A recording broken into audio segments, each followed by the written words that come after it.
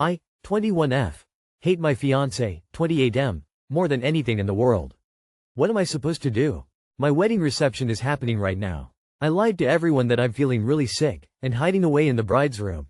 Literally crying while I'm typing this. My world is ending. I never wanted to get married this early, and definitely not to his joke of a man, just because he's from the same community.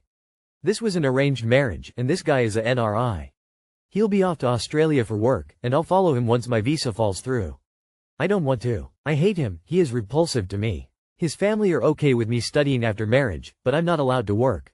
I'll basically be his maid in Australia. I don't want that for myself. I hate his smell, I hate his stinky breed, I hate how arrogant and sloppy he is.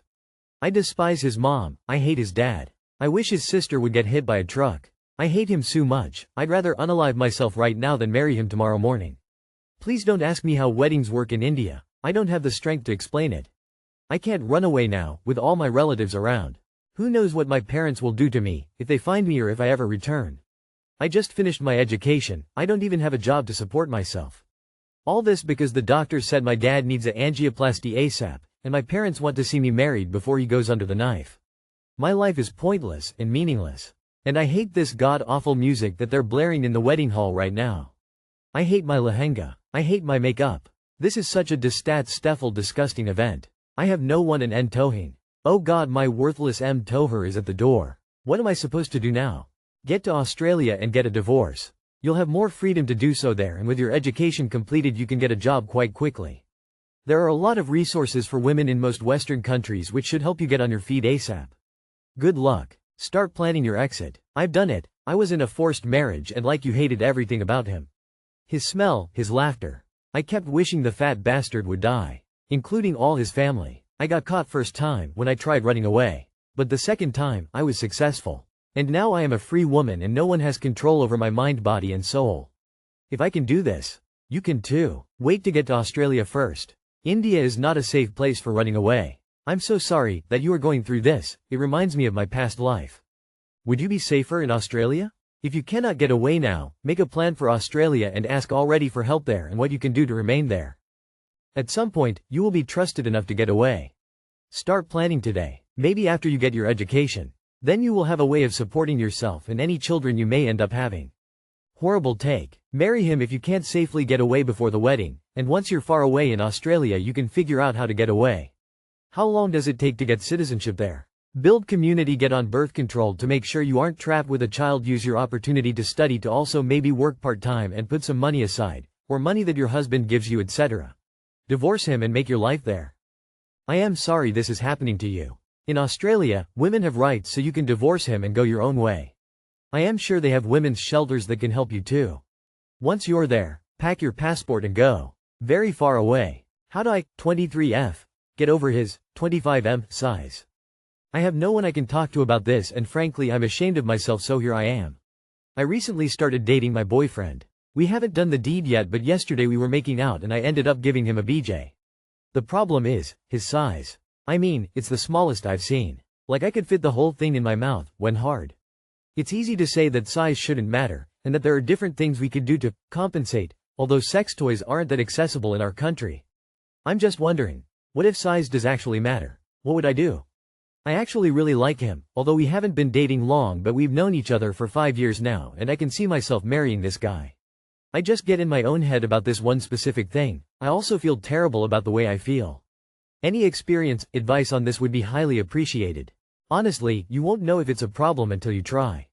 The best sex partner I ever had was much smaller than average. I was nervous about how it would go, but somehow he seemed to perfectly fit my body. He hit all the right spots. Never captured that magic with any other guy. If you do decide to break up with him, do not tell him it was because his dick is too small. Make up something else, anything will be better. Literally anything else. Do not tell your friends the real reason. He will honestly prefer you tell everyone he was abusive to having a tiny dick. I am not joking about any of this. If you're up for it, don't knock it till you try it. One of my exes was by far the smallest I'd ever been with, 3'4" in, but he was also one of the most sexually confident. That translated to a lot of head, finger usage, and the size itself is literally able to hit a woman's G-spot more effectively. The G-spot is pretty shallow. Sex wasn't a problem. Side note, Please for that man's sake keep this to yourself and never use it against him or verbalize it as a reason to separate. You will destroy this man foe the rest of his life. I'd say 65% of pleasure derived from sex comes from the emotional intimacy and willingness of your partner to please you. If he can satisfy you in other ways, size shouldn't be an issue. When my husband is hard I can fit all of him in my mouth no issue, but that dick rocks my world. He's an incredible lover and I want for nothing when we have sex. I am beyond satisfied. Don't let porn contort what you view as normal. How do I, 31 female, handle my husband's, 36 male, Super Bowl party? My, 31 female, husband, 36 male, and I are supposed to be having a Super Bowl party tomorrow. We have been in a fight for weeks, and he invited people while we were fighting. I have no idea how many he invited, or the guest list. Most of our friends all stem from his friend group. I only invited one friend and her husband. I've asked him if he coordinated for people to bring shareables, contributions. Doesn't answer. I ask him how many and who is coming. Doesn't answer. I ask him what time people are coming. Doesn't answer. He's not the kind of person that plays host well, that always falls on me. He doesn't think about making sure people are fed and have drinks, etc. It's the night before and we have nothing in our fridge to suggest we have food to heat up or make. No beverages to get us through a party. How do I handle this situation?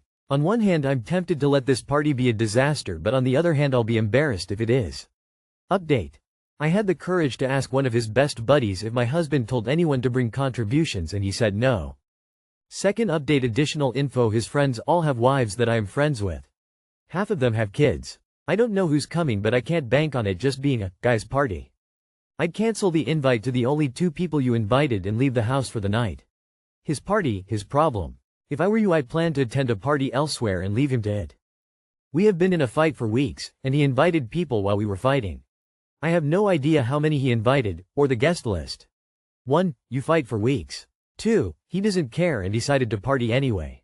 3. He doesn't tell you anything. That isn't a husband, it's an inconsiderate roommate. Tell your friend that you can't host, and don't be there. Watch the game at a bar, or a friend's house, or skip it altogether and go to a movie. I would seriously reevaluate this relationship. He's punishing you by making this your anxiety. Stop being his mom and let him be embarrassed. You're welcome to let people know ahead of time he hasn't sorted food or drinks, or let your friend send it around to people. You're not responsible for him. If anyone says you are, they are assholes. Watch the game in a different room, or if anyone asks for anyone, direct them to your husband and say he organized today and didn't want you involved. Don't give in. He's getting his cake and eating it too. Call the one friend you invited and cancel. Then go for a ride or somewhere else. Nobody likes my F23 boyfriend, M25, and it's starting to affect my life. Me, F23, and my boyfriend, M25, have been dating a little over a year. We met at my workplace, I know, and moved in together last July. Because of a financial situation, I had to move in with him even though I didn't feel quite ready. Things were good when we first met. I mean, the guy is a little strange, but I knew that from the start and appreciated it. We had the same humor and got along, and that's all that mattered to me. I like having someone who is different than me to converse with.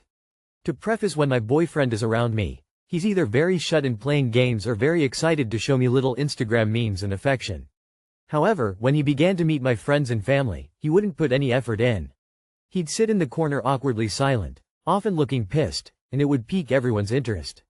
They either thought we were fighting or he was upset. My friends, family and I played it off at first. Hey, maybe he's just super introverted, right? I never believed in love at first sight, so even though we started in a good place but wasn't sure if I'd marry him, I thought we would learn, grow together and get better. Instead, our relationship has gone very downhill. Our differences have begun to become unbearable to me. He's constantly quiet and reserved, and it comes off like he's pissed 24/7. Although he always denies being upset, it's so hard to relate and talk to him when I'm very extroverted and he's being extremely quiet and indifferent. Lately, I have had multiple of my friends express that they think he doesn't like them, because of the way he acts, and it seems that they don't want to be around him either. My family has asked me multiple times, "Are you sure about this one?" Which is disheartening to me because I value their opinions a lot. Yesterday was my birthday dinner and my best friend brought a guy she is talking to. Today, she confided in me that her guy was worried my boyfriend was racist because of the way he was acting and not trying to converse. The guy said he tried hard to talk to my boyfriend but he just wouldn't engage. This really upset me, because my boyfriend is definitely not racist but always has this fucking attitude. Everyone around my life that cares for me is expressing that they aren't sure about him for me because we are so different, and usually I wouldn't care, but it's starting to change my attitude towards him.